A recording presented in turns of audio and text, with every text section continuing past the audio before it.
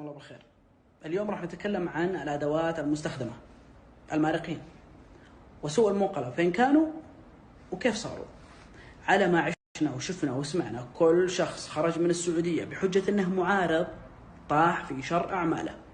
في التسعينات خرج سعد الفقيه ومحمد المسعري، بدأوا في شقة واختلفوا فيما بينهم على خرامة ودباسة، زعلوا من بعض وخانوا بعضهم، وكل واحد منهم سوى له حزب وبدأ يهاجم الثاني. واحد يقدم نفسه على انه اصلاحي والثاني يقدم نفسه على انه امام مجدد. الفقيه اللي يقدم نفسه على انه اصلاحي تراه في الاصل طبيب، لكن لا شغل ولا مشغله، متكي في لندن يقبض منها اموال الخارجيه وهذه شغلته. يمكن معلومه انه طبيب جديده عليكم، بس هذا دليل انه شخص فاشل وعاله على الدوله اللي هو فيها وعاله على الجهات الخارجيه اللي تدعمه. شخص لا يمارس المهنه ولا له اي تاثير في مجالها الطبي. والمسعري اللي يشوف نفسه إسلامي ترى في الأصل دكتور فيزياء، لكن بدل ما نشوف له أبحاث في الفيزياء والذرة والفضاء، مثلا يكون بروفيسور في واحدة من الجامعات البريطانية، صارت شغلته وش هي؟ يتكي ويصور ويغرد. طيب ليش ما له أثر على الأقل في تخصصه؟ ليش ما له أثر في المجتمع اللي هو فيه؟ أبى أختصرها عليكم، لأنهم أشخاص فاشلين وعالة على المجتمعات اللي هم فيها، وما عندهم القدرة على التطور المهني، وما عندهم القدرة على إثبات جدارتهم في تخصصاتهم اللي درسوها لمرحلة الدكتوراه، وما عندهم القدرة على التعايش في المجتمعات الجديدة اللي هاجروا لها. عدائهم للسعودية أعماهم، وصلهم للفشل اللي هم فيه.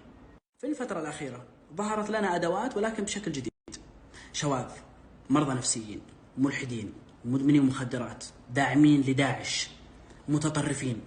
وعلى طاري التطرف، شفتوا وش صار مع الأداة صالح حمامة والمين أنظم؟ هذا الأداة يقول أنه تربى على يد مشايخ وأنه هرب نصرة للدين والسنة، لكن اليوم نشوفه مرمي تحت أقدام المتطرف الشيعي اللي حتى الشيعة متبرئين منه، ياسر الحبيب، اللي كل شغلته سب وشتم وقذف الصحابة رضي الله عنهم. شوفوا: وخص باللعن أبا بكر وعمر وعثمان وعائشة وحفصة وقتلة الحسين عليه السلام. شيخ، هل كان للأنبياء الذين من قبل هل كان لهم أوصياء؟ إيه، لك أن ترجع إلى كتاب المسعودي.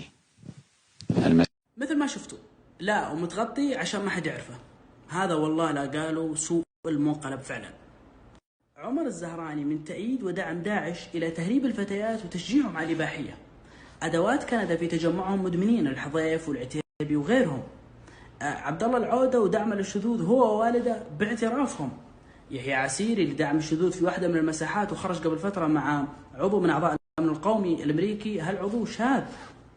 طبعا ما ننسى سعيد الغامدي اللي كان أداة مع هالتجمع وهمش، زعل وخرج وسوى له حزب جديد، مثل ما حصل بالضبط مع المسعري والفقيه، وصاروا الآن يهاجمون بعضهم.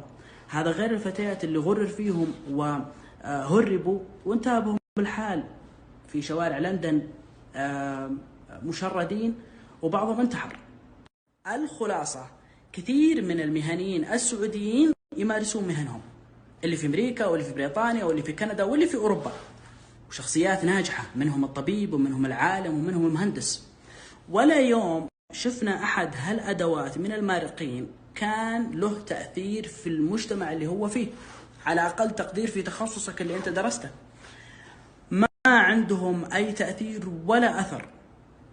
دورهم وشغلهم الشاغل سياح ونياح بدون أي فائدة. مجموعة فاشلين. هالأدوات جميعهم مستخدمين ومن يد نشيط في يد نشيط. ما عندهم مشكلة يخالفون الدين، ولا عندهم مشكلة يخالفون الفطرة، ولا عندهم مشكلة يخالفون مبادئهم وأخلاقياتهم وأعرافهم اللي تربوا عليها، ما دام هذا الشيء ضد السعودية والسعوديين. لكن تنفع لهم دعوة الشيبان الله يرحمهم الأولين، كان يقولون للواحد: اللهم هداك ولا أبعدك.